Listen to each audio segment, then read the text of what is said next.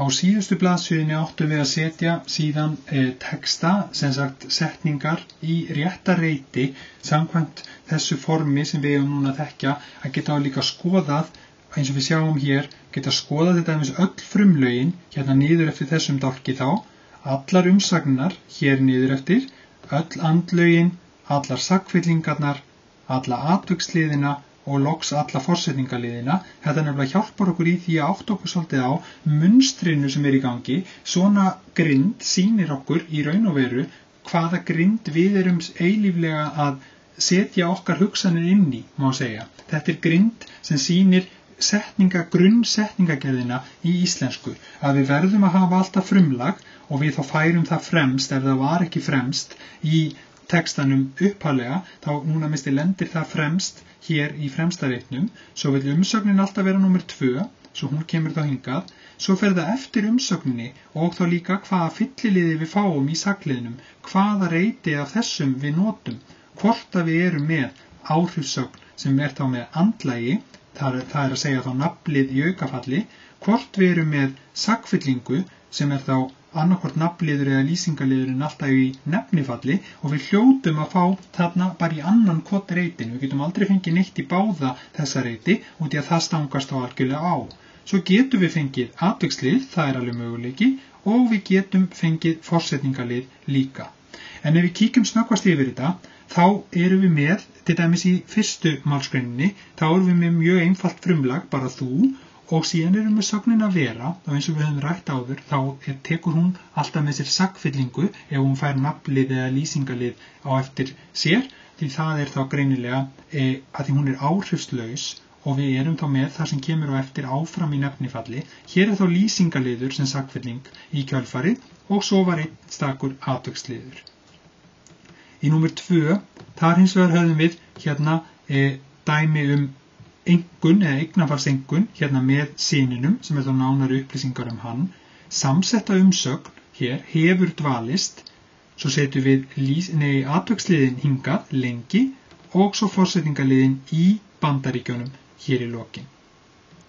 Einfalt frumlag höfum við aftur í númer 3, það er bara skarphéðinn og umsögnin er sá og þá skulum við skoða vel þá sögn.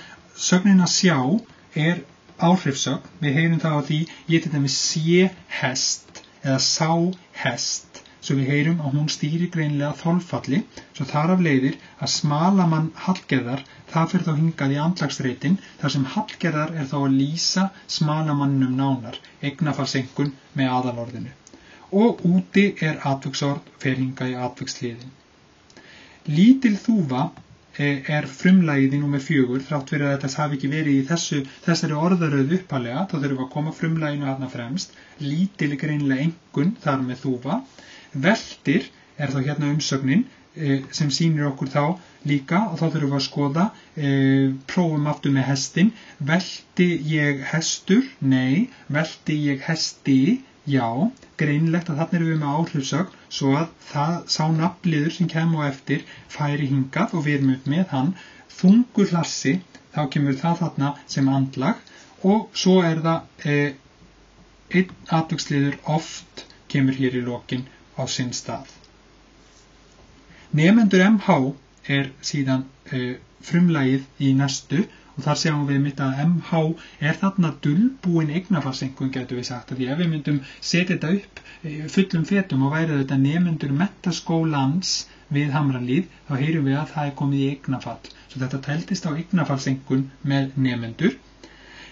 Hlakka er dálítið fjölbreytt sögn, hún til dæmis getur hvorki tekið með sér andlag né sakfyllingu, hún tekur vanlega bara með sér atviksliði og forsetningaliði og það sjáum við nákvæmlega gerast hér að við höfum bara forsetningaliðin til páskafrísins hér með.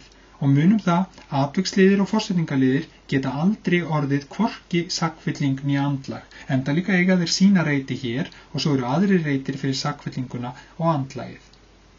Í númer 6 þar höfðum við tvöfalt andlag. Jónas kyssti Guðrúnu marga kossa.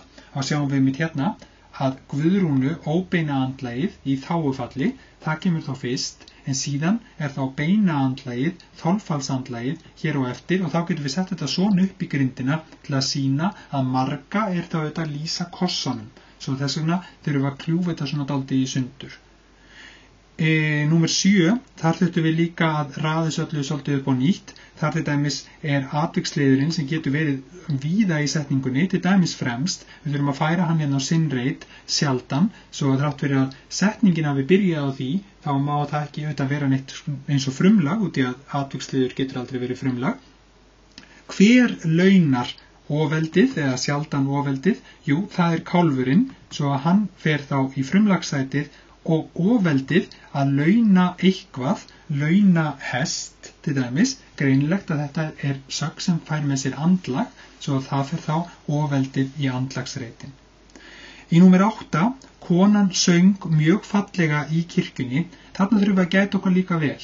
Konan greinilega frumlagið. Við heyrum það á því að því getum spurt okkur hver söng, svo það ágætlega skýrt. En við þurfum eins og að skoða vel fylliliðina í sagliðnum. Að syngja getur nefnilega alveg verið áhrifsögn, hún getur tekið með sér til dæmis hann söng lag og þá við reynum að finna fallið á því, hann söng hest, svo það alveg möguleiki að fá andlag með sögninni að syngja, en þarna höfðum við nefnilega annars vegar atvikslið mjög fallega, sem hvernig hún söng, dæmigerður atviksliður sem lýsir þá sögninni nánar, og hins vegar forsetningaliðin hvar hún söng í kirkjunni.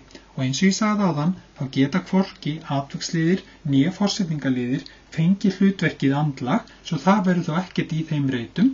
Einfallega, þetta fer bara allt á sinn stað, atviksliðurinn á sinn stað með sínum ákvæðislið og svo forsetningaliðurinn, þá forsetningin pluss nafnliðurinn á sinn stað. Og að lokum, þá erum við með mjög einfalt frumlag í þeirri síðustu, hún og færði síðan sem umsögnina. Hérna fáum við aftur tvöfalda andlagið. Ef við skoðum þetta nánar, þá heyrum við segjum færa einhverjum eitthvað.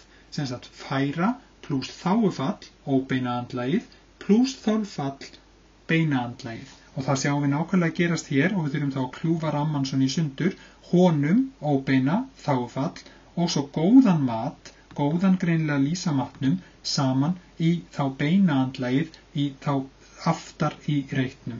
Og að lokum var hérna eitt forsetningaliður með á borðið. Þannig erum við þá búin að ná að sjá og endilega skoðið nú vel núna lóðrétt eins og ég benti ykkur á áðan niður eftir töflunni, því þar sjáum við þá mörg dæmi góð frumlög, skýrar umsagnir, hvaða umsagnir taka andlög og hvaða taka sagfyllingu. Vísu höfum við nú bara eitt dæmi það hér í hérna númer 1 að við sáum sagfyllinguna koma með. Við sáum þó nokkuð dæmi atvikslið og líka forsetningalið.